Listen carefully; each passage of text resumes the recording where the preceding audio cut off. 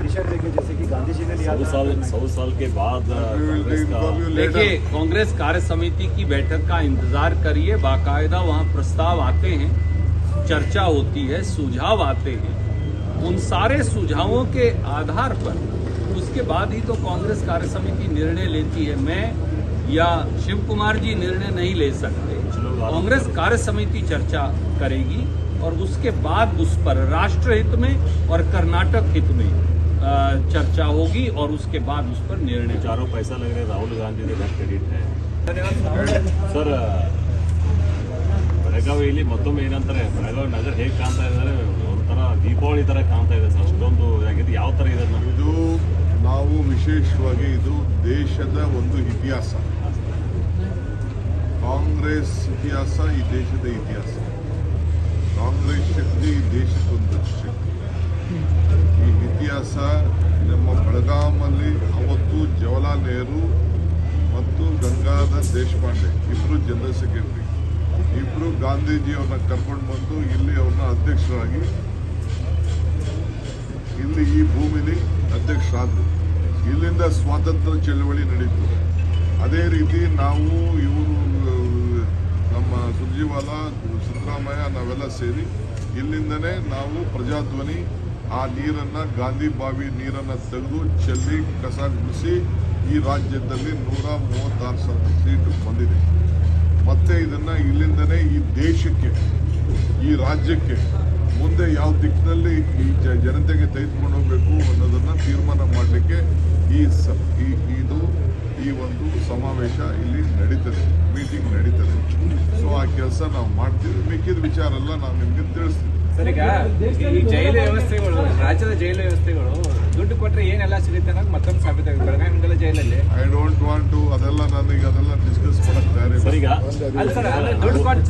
ಅದೆಲ್ಲ ಆಮೇಲೆ ಹಾಕೋರು ಯಾರು ಅಂತ ಸರ್, ಸರ್ಕಾರ ನೀವು ಡಿಸಿಎಂ ನೀವೇ ಅದೆಲ್ಲ ಒಂದು ಕೆಲಸ ಮಾಡೋ ಹೋಮ್ ಮಿನಿಸ್ಟರ್ ಹತ್ರ ಮಾತಾಡಿ ಬರ್ತಾರೆ. ಸರ್, ಈಗ 100 ವರ್ಷಗಳ ನಂತರ ಮತ್ತೊಮ್ಮೆ ಈಗ ಕಾಂಗ್ರೆಸ್ ಎರ ಸ್ಟಾರ್ಟ್ ಆಗಿದೆ. 100 ವರ್ಷಗಳ ನಂತರ ಮತ್ತೊಮ್ಮೆ ಕಾಂಗ್ರೆಸ್ ಎರ ಸ್ಟಾರ್ಟ್ ಆಗಿರುವಂಥದ್ದು ಯಾವ ತರ ತಾವು ಅಧ್ಯಕ್ಷರಾಗಿ ಹೊಸ ದಿಕ್ಕಿಗೆ ಈ ದೇಶನ ಈ ಕಾಲಕ್ಕೆ ಏನ್ ಬೇಕೋ ಆ ಕಾಲ, ಅಂದು ಗಾಂಧಿ ಇಂದು ಖರ್ಗೆ ಸರ್ ಆ ಜಾಗದಲ್ಲಿ ಕೂತಿದ್ದಾರೆ. ಇದಾದ ಮೇಲೆ ಹೊಸ ಯುಗದಲ್ಲಿ ಏನು ತೆಗೆದುಕೊಂಡು ಹೋಗ್ಲಿಕ್ಕೆ ಸಾಧ್ಯನೋ ಅದನ್ನೆಲ್ಲ ಕೂಡ ಕಾಂಗ್ರೆಸ್ ವರ್ಕಿಂಗ್ ಕಮಿಟಿ ಈ ದೇಶದ ಎಲ್ಲ ನಾಯಕರುಗಳು ಬಂದು ಚರ್ಚೆ ಮಾಡಿ ಈ ದೇಶಕ್ಕೆ ಯಾವ ದಿಕ್ಕಿನಲ್ಲಿ ನಮಗೊಂದು ಹೊಸ ಅಧ್ಯಾಯ ಪ್ರಾರಂಭ ಮಾಡಲಿಕ್ಕೆ ಮಾರ್ಗದರ್ಶನ. ಎಷ್ಟು ಜನ ಸೇರುವ ನಿರೀಕ್ಷೆ ಇದೆ? ಎಷ್ಟು ಜನ ಸೇರುವ ನಿರೀಕ್ಷೆ? All party opposition leader, parliament member Jagadish Shettar, Priyanka Jarkiholi, speaker, council chairman, ಎಲ್ಲರಿಗೂ ನಾರಾಯಣಸ್ವಾಮಿ, ಎಲ್ಲ MLAಗಳು, all party MLAs, all party MLCs, all party MP, everyone will be invited. That is purely a government program.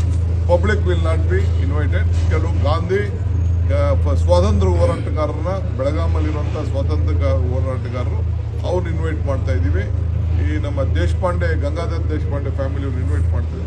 ಕೆಲವು ಎಮಿನೆಂಟ್ ಯಾರು ನಮ್ಮ ಸ್ವಾತಂತ್ರ್ಯಕ್ಕೆ ಸಂಬಂಧಪಟ್ಟಿದ್ದಾರೆ ಅವ್ರನ್ನ ಜಿಲ್ಲಾಧಿಕಾರಿಗಳಿಗೆ ಜವಾಬ್ದಾರಿ ವಹಿಸ್ಬಿಟ್ಟು ಅವ್ರ ಮುಖಾಂತರ ನಾವು ಇನ್ವೈಟ್ ಮಾಡ್ತೀವಿ. ಸರ್, ದೇಶದ ಮೂಲೆಮೂಲಿನಿಂದ ಎಲ್ಲ ನಾಯಕರು ಬರ್ತಾ ಇದ್ದಾರೆ. ಎಷ್ಟು ಜನ ಬರ್ತಾರೆ ಮತ್ತು ಎಷ್ಟು ತಾವು ಎಕ್ಸ್ಪೆಕ್ಟ್ ಮಾಡ್ತಾ ಇದ್ದೀರಿ ಸರ್?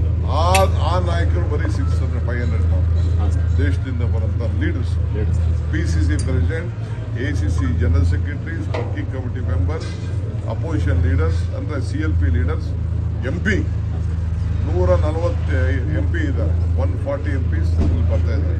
ಅವರೆಲ್ಲ ಇಲ್ಲಿಗೆ ಬರ್ತಾ ಇದ್ದಾರೆ. ಮೀಟಿಂಗ್ ಅವರಿಲ್ಲ, ಮೀಟಿಂಗ್ ಬರೀ ವರ್ಕಿಂಗ್ ಕಮಿಟಿ ಮೆಂಬರ್ಸ್ ಮಾತ್ರ, ಎಕ್ಸ್ಟೆಂಡೆಡ್ ವರ್ಕಿಂಗ್ ಕಮಿಟಿ ಮೆಂಬರ್ಸ್ ಮಾತ್ರ ಮೀಟಿಂಗ್ ಇರ್ತಾರೆ.